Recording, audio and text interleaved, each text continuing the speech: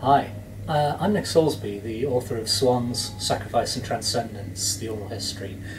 This is a reading from the chapter Kill the Child, which essentially is an account of the Swans Are Dead Tour of 1997.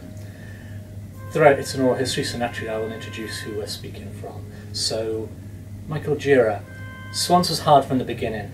It never got easy. We were always struggling.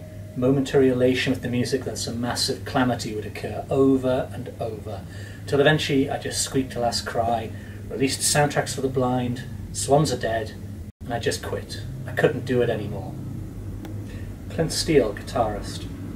We did an entire month of 9-hour rehearsals, 6 days a week except for Sundays. It was good for the band, but mentally numbing. It started to build tension between us, because it seemed like when I was in my role as a guitarist, it was easier to get along well, but I was working for him as the recording engineer, and as the guitarist, and hosting the rehearsals. He didn't acknowledge that contribution. His personality would change quite a lot, more so when he was drinking. It affected his temper and his abrasiveness. He could be a bully. Jarbo, Swans. Michael's father died. We're rehearsing. Everyone but Clint was staying at my house in Atlanta. We're about to start the tour, and Michael had to fly to California to attend the funeral. That was a lot to handle. I feel it had an internal impact. It was so heavy and he didn't have time to reflect. He flew out then, he flew straight back to resume rehearsals, and then the tour. There was no time to mourn or to acknowledge feeling. It's the death of his father alongside the death of Swans. You can see how all of that would result in anger, remorse, pain. He would admit he had a difficulty expressing feelings, and internalising all this probably contributed to the tension on the tour. Bill Bronson, bassist. Those first shows were in strange places. The first was in northern Florida, then we went across the south. The seventh show was Los Angeles, his hometown.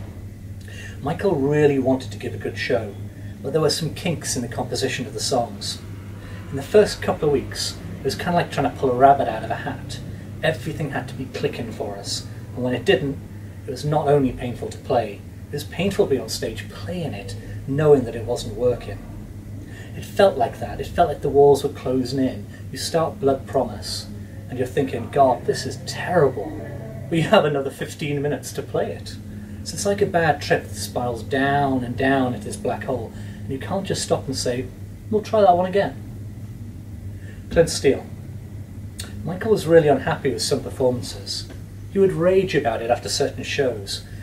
He would take it out on the band a bit, which was a drag. I remember him shouting at Bill in the dressing room, I will pay you $50 per week if you'll just play it right. That makes me laugh. I wanted him to be satisfied with what were going to be the last tours of Swans. So it was a bummer when he wasn't. And a lot of the time he wasn't. Jarbo. At the LA Roxy, it's a sold-out show. The audience are screaming for an encore. We're in the dressing room, and Michael flies in, and while the audience is still stomping its feet, he yells, You've embarrassed me in my hometown. It's the single worst lineup of Swans there's ever been. You're worse than bad. You're mediocre. And then he ran out. Bill Bronson turned to me and said, Jarbo, what do we do? We're ready to fly home. Everyone had their heads hanging down low. And I said, and it's corny as it may sound, it's true. I said, Bill, it's not about us. It's not about me. It's not about you. It's about the name Swans. We have to finish this. The US tour, and then we're going to go to Europe, and we're going to finish that tour. We have to do this for the legacy of Swans. Not for you, not for me, for Swans.